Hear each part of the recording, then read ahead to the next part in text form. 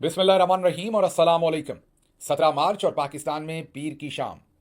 आज अभी तक की अहम खबरें और मेरा तज्जिया। आज की सबसे पहली खबर, 23 मार्च की परेड कैंसिल कर दी गई। जी हाँ, 23 मार्च को जो कौमी परेड होती है और जो आप और हम सब बचपन से देखते आए हैं।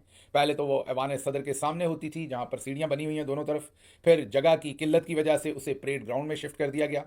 आपने बीच में ये भी देखा कि जब दहशतगर्दी बहुत ज़्यादा बढ़ गई थी पाकिस्तान में, तो फिर 23 मार्च की परेड को चंद सालों के लिए ख़त्म भी कर दिया गया था, या वो बिहाइंड द वॉल्स होती थी, कहीं पर आम आवाम के लिए, आवाम के सामने वो परेड मुनक्कद नहीं की जाती थी सिक्योरिटी खदशात की वजह से। इस बार फिर 23 मार्च की परेड जो है वो कैंसिल कर दी गई है। ये खबर दे रहे हैं शहरियार हुसैन, उनकी खबर है। और वजह यह बताई गई है कि पैसे नहीं हैं। जी हाँ, फंड्स की कमी की वजह से 23 मार्च की परेड जो है उसे कैंसिल किया गया है। मुझे तो लग रहा है शायद सिक्योरिटी भी एक बड़ी वजह हो, लेकिन शायद जो मौजूदा हालात हैं उसमें ये कन्फेस करना कि सिक्योरिटी की वजह से परेड नहीं कर रहे, इसको शायद मायूब समझा गया होगा। ये मेरा तज्जिया है या मेरा ख्याल है। तो इसलिए शायद सिर्फ फंड्स की वजह बताई गई होगी। याद कीजिए कि इमरान खान साहब की जब हुकूमत गिराई जा रही थी, 9 अप्रैल को गिराई गई थी, लेकिन उससे पहले 23 मार्च की जो परेड थी, आखिरी परेड जो उन्होंने अटेंड की वज़ीर आज़म के तौर पर, वो परेड ग्राउंड वहाँ गए थे और पूरे एहतमाम के साथ वो परेड जो है वो मुनक्कद की गई थी। जनरल बाजवा भी वहाँ मौजूद थे। हालांकि उस वक्त जनरल बाजवा इमरान खान के पीछे अपनी साजिश मुकम्मल कर चुके थे, लेकिन इंतहाई बेशर्मी के साथ वहाँ पर वो बिल्कुल ऐसे खड़े थे जैसे बिल्कुल अपने आइनी किरदार के अंदर वो खड़े अपना काम कर रहे हैं। लेकिन उस वक्त तक वो इलेक्टेड प्राइम मिनिस्टर की पीठ में छुरा घूम चुके थे। तो ये वो 23 मार्च आखिरी परेड का मैं आपको हवाला दे रहा था। अब जो 23 मार्च की परेड है, अब आप सोचेंगे कि चलें इस परेड में से हमने क्या निकालना। नहीं, ऐसा नहीं होता। कौमों के जो नेशनल डेज होते हैं उनके साथ बहुत सारी चीज़ें जुड़ी होती हैं। एक मैसेज होता है प्रॉस्पेरिटी का, एक मैसेज होता है सर्टेनिटी का, एक मैसेज होता है मुल्क के अंदर नॉर्मल हालात का।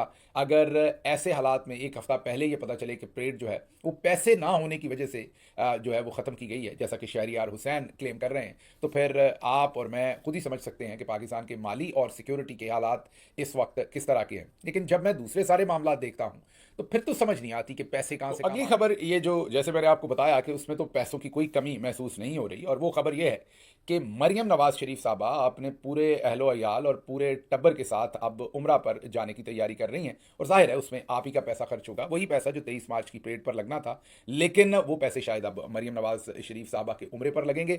पता नहीं इतने गुनाह इन लोगों ने कौन से किए हैं जिनको बख्शवाने के लिए इन्हें बार बार उम्रे करना पड़ते हैं, हर बार करने पड़ते हैं। एक दफ़ा करने के बाद इन्हें क्यों इत्मीनान नहीं हो जाता कि अल्लाह की ज़ात है, बख्शने वाली है, अगर उसने बख्शना है तो एक दफ़ा के उम्रे के ऊपर भी बख्श देगी। नहीं बख्शना तो आप 1000 बार भी जाएंगे तो नहीं बख्शा जाना। अब आप कहेंगे मैं लोगों के उम्रे पर एतराज़ कर रहा हूँ। ऐसा नहीं है। अगर अपने वसाइल के साथ करना है तो आप मेरी तरफ से हर महीने कीजिए, हर हफ्ते कीजिए। लेकिन आवाम बेचारी गरीब आवाम जिसके लिए आप परेड नहीं कर पा रहे, कह रहे हैं कि हमारे पास पैसे नहीं हैं परेड करने के, मीन सिक्योरिटी से रिलेटेड चीज़ों के पैसे नहीं है हमारे पास, तो एन उस वक्त मरियम नवाज शरीफ अपने पूरे टब्बर अहलो अयाल और फौज के साथ, पूरी के साथ, जो उनके ब्यूरोक्रेट्स होंगे, सिक्योरिटी होगी, उन सब के साथ गालिबन 19 से 26 तारीख के दरमियान उम्रे पर जाना चाह रही हैं। आपको हमने ये खबर हफ्ता डेढ़ हफ्ता पहले बता दी थी जब इसकी तैयारियां शुरू हुई थी। अंदर की खबर थी उस वक्त, याद कीजिए मैंने आपको ये कोई डेढ़ हफ्ता पहले शायद ये खबर दी थी, हफ्ता पहले दी थी। आज वो खबर मेच्योर हो रही है। अभी मेन स्ट्रीम मीडिया पर ये नहीं आई, एक दो दिन के अंदर आ जाएगी। हमारे पास इतला यही है कि 19 तारीख को वो जा रही हैं और 26 को शायद वापस आना चाह रही हैं। लेकिन उसके साथ साथ अब इसमें दिन आगे पीछे हो सकते हैं, जाहिर है हमने उनकी टिकट तो नहीं बना रखी। अंदर से जो जराए से हमें खबर आ रही है वो यही है कि 19 और 26 के दरमियान में या इन तारीखों के करीब करीब वो सफ़र करना चाह रही हैं। अब ये पता चला है कि शहबाज शरीफ साहब भी वो पीछे कैसे रह जाएं, क्योंकि माले मुफ्त दिले बेरहम। तो उन्होंने सोचा कि आवाम का पैसा है तो उस पर हम भी उम्रा कर लेते हैं। तो अब शहबाज शरीफ साहब भी जो हैं वो उम्रे की तैयारी कर रहे हैं। अब देखते हैं कि वो मरियम नवाज के साथ ही जाते हैं या अलग अलग जाते हैं। लेकिन ये तय है कि अब ये खानदान जो है वो उम्रे पर जा रहा है बिमा अहलो अयाल। अब चलते हैं अगली खबर की तरफ, जो कि बिल्कुल ताज़ा खबर है। मतलब अभी जब हम व्लॉग शुरू करने लगे थे तो उससे ज़रा पहले आई, इसलिए इस खबर के ऊपर हम पूरी तहकीक नहीं कर सके, लेकिन है बड़ी मेजर न्यूज़। खबर यह है कि वज़ीर आज़म के प्रिंसिपल सेक्रेटरी असद रहमान गिलानी को उनके ओहदे से हटा दिया गया है। ये बहुत मेजर स्टोरी है। ब्यूरोक्रेसी का एक किस्म का हेड होता है principal secretary to prime minister. Major ये डेवलपमेंट है, मेजर स्टोरी है, मेजर पोजीशन होती है ब्यूरोक्रेसी की, और शहबाज शरीफ के ये राइट हैंड समझे जाते थे। इनको हटाना जो है वो अब इसकी बहुत बड़ी रेमिफिकेशंस या इसके अंदर से खबरें निकलेंगी कि वजह क्या बनी है। लेकिन फिलहाल जो हमारे तक उड़ती उड़ती आई है वो ये है कि चौधरी साहब को ये पसंद नहीं थे और काफ़ी देर से इनको कहा हुआ था, शायद 2 हफ्ते से, कि इनको हटा दिया जाए, और अब इनको हटा दिया गया है और इनको भेजा गया है कौमी विरसा तैनात किया गया है सेक्रेटरी, और जो कौमी विरसा के सेक्रेटरी थे हसन नासिर जामी, उनको भी उनके ओहदे से हटाया गया। जाहिर है इनके लिए जगह खाली करने के लिए उनको अब वहाँ पार्क किया गया है। अगर आप देखें तो ये कौमी विरसा वैसे तो बड़ा इंपॉर्टेंट लगता है नाम से, लेकिन ब्यूरोक्रेसी के हिसाब से माल पानी कम है, इन्फ्लुएंस कम है, तो इसलिए इसको खुडे लाइन पोजीशन आप कह सकते हैं। तो बहुत क्या सबसे मेजर पोस्टिंग में से निकाल के जो वज़ीर आज़म के प्रिंसिपल सेक्रेटरी हैं उन्हें खुडे लाइन जो है वो तैनात किया गया। इससे नीचे फिर ओएसडी ही था, मतलब कि वो वाज़ी हो जाना था कि किसी को सख्त नापसंद आए हैं असदुर रहमान, और इसलिए उनको अब खुडे लाइन लगाया गया। कम से कम शुक्र वो ये करें कि ओएसडी नहीं बना दिया गया, क्योंकि आजकल जो माहौल चल रहा है उसमें मिनिमम ये वाला काम तो हो जाना था।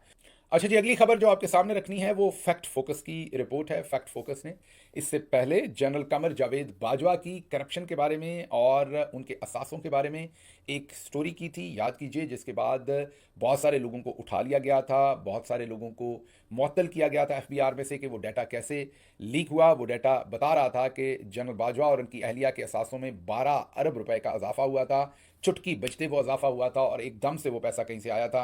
वो खबर थी फैक्ट फोकस की, आप याद कीजिए।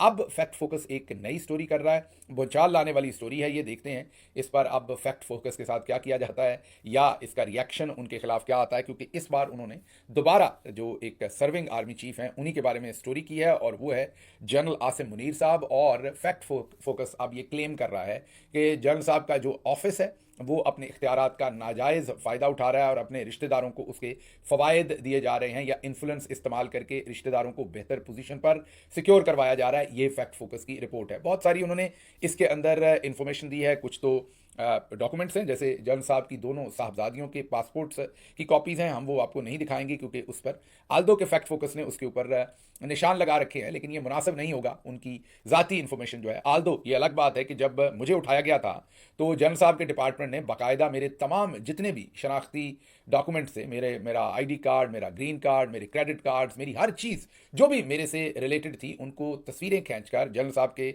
डिपार्टमेंट में से सहाफ़ियों को भेजा गया था और सोशल मीडिया के ऊपर डलवाया गया था। मतलब कि मेरी मुकम्मल सिक्योरिटी ब्रीच की गई थी हर तरह से। क्रेडिट कार्ड्स के नंबर से लेके शनाख्ती कार्ड, पासपोर्ट, ग्रीन कार्ड, कोई ऐसी चीज़ नहीं रहने दी थी इनके डिपार्टमेंट ने जो अनफॉर्चुनेटली जिसको उस वक्त ब्रीच नहीं किया था। बुनियादी कवानीन है जिनकी खिलाफ वर्जी उस वक्त की गई थी, लेकिन हम इखलाकियात को सामने रखते हुए, क्योंकि जनरल साहब ओहदा रखते हैं, उन पर ज़ाहिर तनकीद हो सकती है, उनकी साहबजादियों का कसूर नहीं है। अगर ये इल्ज़ाम फैक्ट फोकस लगा रहा है तो उसकी ज़ाहिर तहकीक हो जाएगी, लेकिन उनके जो डॉक्यूमेंट्स हैं वो कम अज़ कम हम इनके डिपार्टमेंट की तरह उनको यहाँ पर लीक नहीं करेंगे।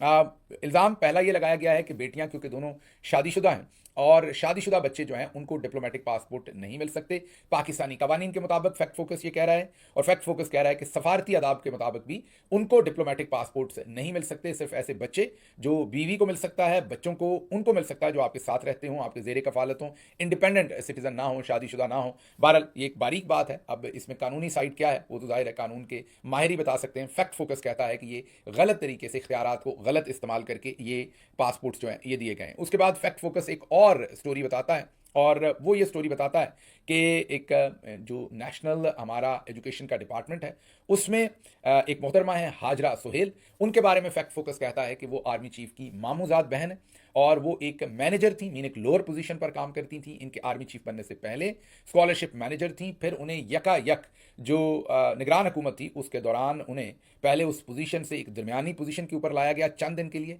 और फिर उठाकर उन्हें सीईओ बना दिया गया जो कि मेरिट के खिलाफ था। डायरेक्ट सीईओ नहीं बनाया जा सकता था, इसलिए दरमियानी पोजीशन के ऊपर चंद दिन इसके ऊपर उनको पोस्ट किए रखा गया। जो वजीर थे उस वक्त के, उनसे फैक्ट फोकस कहता है कि जब हमने रब्ता किया तो वजीर ने कहा कि हाँ ये अपॉइंटमेंट मेरिट के खिलाफ हुई थी, मैंने रोकने की कोशिश की थी लेकिन रोक ना सका, और उनके मुताबिक ये खातून जो है वो खासी मेरे साथ बदतमीजी भी मीन उनके साथ बदतमीजी करती रही हैं। ये फैक्ट फोकस क्लेम कर रहा है कि जो उस वक्त के निगरान वजीर थे तालीम के फेडरल, उन्होंने ये क्लेम किया है। इससे पहले ये भी क्लेम किया जा रहा है कि जो राना तनवीर पीडीएम के मिनिस्टर थे वो यहाँ पर एक बाकायदा प्रोसीजर के बाद अपॉइंटमेंट करना चाहते थे, लेकिन उनको रोक दिया गया था शहबाज शरीफ के ऑफिस से और बताया गया था कि यहाँ पर सिर्फ हाजरा सुहेल जो मामूजाद बहन है army chief general Asim Munir साहब की, सिर्फ वही इस पर तैनात होंगी। इसके साथ साथ उनके मामू सैयद बाबर अली शाह साहब का भी जिक्र इसमें किया गया और कहा गया है कि वो बहुत इन्फ्लुएंशियल शख्सियत हैं, पहले लंदन में रहते थे, अब इस्लामाबाद में रहते हैं, और उनके कहने पर भी मेजर अपॉइंटमेंट्स होती हैं। फैक्ट फोकस ये क्लेम कर रहा है कि जो निगरान सेटअप के अंदर वजीर आला केपी थे वो उन्हीं के कहने पर लगाए गए थे। फिर डीजी एफआईए की पोजीशन जो है वो भी उन्हीं के खाते में डाली जा रही है। हकीकत क्या है दोबारा जाहिर है, इस पर इन्वेस्टिगेशन होगी तो चीज़ें सामने आएंगी। और फिर मोहसिन नकवी साहब की तरफ भी इशारा किया गया है कि वो उनकी जौजा के बहुत करीबी रिश्तेदार हैं, जिसकी वजह से उन्हें इंपॉर्टेंट पोजीशंस के ऊपर लगाया गया है। तजर्बा ना होने के बावजूद उन्हें पीसीबी और वजारत दाखिला दोनों अहम ओहदे दिए गए हैं, और वो भी हुकूमत के दरमियान बहुत ही इस वक्त आप कंट्रोवर्सीज भी कह लें क्रिएट हुई हैं उनके खिलाफ, और इन्फ्लुएंशियल भी वो बहुत ज़्यादा है। तो ये जो सामने आ रही है merit and nepotism bye general Asim Munir, ये वो स्टोरी है जो की है फैक्ट फोकस ने, और जाहिर है इसके डॉक्यूमेंट्स उनके पास होंगे, वरना अमेरिका में रहते हुए उन्होंने ये स्टोरी की है। अगर इसके अंदर कुछ भी गलत हुआ तो बड़े आराम से उनको सू किया जा सकता है, और उनके खिलाफ जो है अमेरिका के अंदर कार्रवाई जो है वो रिक्वेस्ट की जा सकती है। अगली खबर की तरफ चलते हैं। अगली खबर यह है कि पाकिस्तान में क्योंकि नंगा करने का मौसम हुआ है, तो एक पुरानी खबर आज सरफेस हो गई। हालांकि खबर ये 2-3 साल पुरानी है, लेकिन लोग इस कदर ऐसी खबरों को, क्योंकि इतना आए दिन ये सब कुछ हो रहा है कि लोग इस कदर समझते हैं कि शायद अब पाकिस्तान के अंदर यही माहौल चल रहा है। तो जो नासिर मदनी साहब एक मजहबी शख्सियत हैं, उनको किसी ने नंगा करके तशद्दुद किया था और उनकी वीडियोस बनाई थी। उस वक्त एफआईआर भी दर्ज हुई थी, कार्रवाई भी हुई थी, बाद में मेरे इल्म में नहीं कि क्या हुआ था। लेकिन आज वो सोशल मीडिया के ऊपर दोबारा से सरफेस हुई, वही उनका इंटरव्यू कि मुझे नंगा किया गया, मुझे रॉड्स के साथ मारा गया, और वो उनका कोई निजी मामला था बेसिकली, बाद में जब इन्वेस्टिगेशन हुई। लेकिन ये भी सारे का सारा मामला चौधरी निजामुद्दीन के ऊपर आज और नून लीग के ऊपर लोगों को क्योंकि इतना यकीन हो गया है कि ये काम बहुत बार बार ये लोग करते हैं, तो बार बार आज यही खबर सोशल मीडिया के ऊपर चल रही थी। तो ये एक फैक्ट करेक्ट करना था आपका कि ये मौजूदा खबर नहीं है पुरानी, लेकिन ये वही रीत है, वही माइंडसेट है जो हमारे यहाँ बार बार किया जा रहा है। अगली खबर आपके सामने रखनी है, और वो ये है कि वफाकी तहकीकाती इदारे एफआईए ने आखिरकार हैदर जो सईद जिनको अगवा किया हुआ था, आखिरकार अब उन्हें अदालत में पेश कर दिया गया है। उनके ऊपर एफआईआर दे दिया, और एफआईआर ये दी है कि जाफर एक्सप्रेस के बाद उन्होंने दहशतगर्दों का जो बयानिया है उसे हवा दी है, उसको बढ़ाया है, और सिक्योरिटी फोर्सेस मतलब कि फौज पर तनकीद की है, और फौज के किरदार को उसमें कंट्रोवर्शियल बनाने की कोशिश की है। इसलिए उनके ऊपर बगावत और गद्दारी के पर्चे दे दिए गए हैं। और सिर्फ उन पर नहीं, आपको पता है 4-5 और लोगों को भी उठाया हुआ है, जिनमें एक फरहान चिश्ती भी हैं, जिनकी जौजा आज फट पड़ी। उन्होंने बताया कि उनका छोटा बच्चा है जो कैंसर का पेशेंट है। उन्होंने कहा है कि वो उसको घर पर अकेले छोड़कर आई हैं, और मेरे मियाँ को क्यों उठा लिया मुझे समझ नहीं, मेरे मियाँ भी शदीद अलील हैं। और फरहान चिश्ती जो है उनको उठाया हुआ है। उनके लिए आज पिटीशन की थी लाहौर हाई कोर्ट के अंदर। वकील थी खतीजा सदीकी, और खतीजा सदीकी ने बताया कि जज साहब का बिहेवियर बड़ा ही अनोखा था। वो बजाय इसके कि रिलीफ देने के, वो उल्टा वकीलों से पूछ रहे थे कि फरहान चिश्ती कहाँ है, और फिर एफआईआर दर्ज करने का ऑर्डर नहीं किया, बल्कि ये कहा कि मेरे ऑर्डर का इंतजार करें। और फिर चिरागों से रोशनी खत्म हो गई। जज साहब जो है वो वहां से निकल लिए, उन्होंने किसी किस्म का कोई ऑर्डर वहां पर पास नहीं किया। तो अब वफाकी तहकीकाती इदारा पहले उसने गायब रखा हैदर सईद को, और उसके बाद अब उसे एक मुलजिम बनाकर या मुजरिम बनाकर पेश किया गया है अदालत के अंदर। और बताया ये गया है कि उनके किसी ट्वीट से रियासत जो है वो बहुत ही उसका नुकसान हो गया है। पता नहीं रियासत को हम इतना नाजुक क्यों बना देते हैं कि एक ट्वीट से बगावत और गद्दारी हो जाती है। असल मसला आपको पता ही है ये सब कुछ क्या हो रहा है। पर इसके साथ ही मुझे इजाज़त दीजिए। अल्लाह आपका हामी और नासिर हो। पाकिस्तान जिंदाबाद।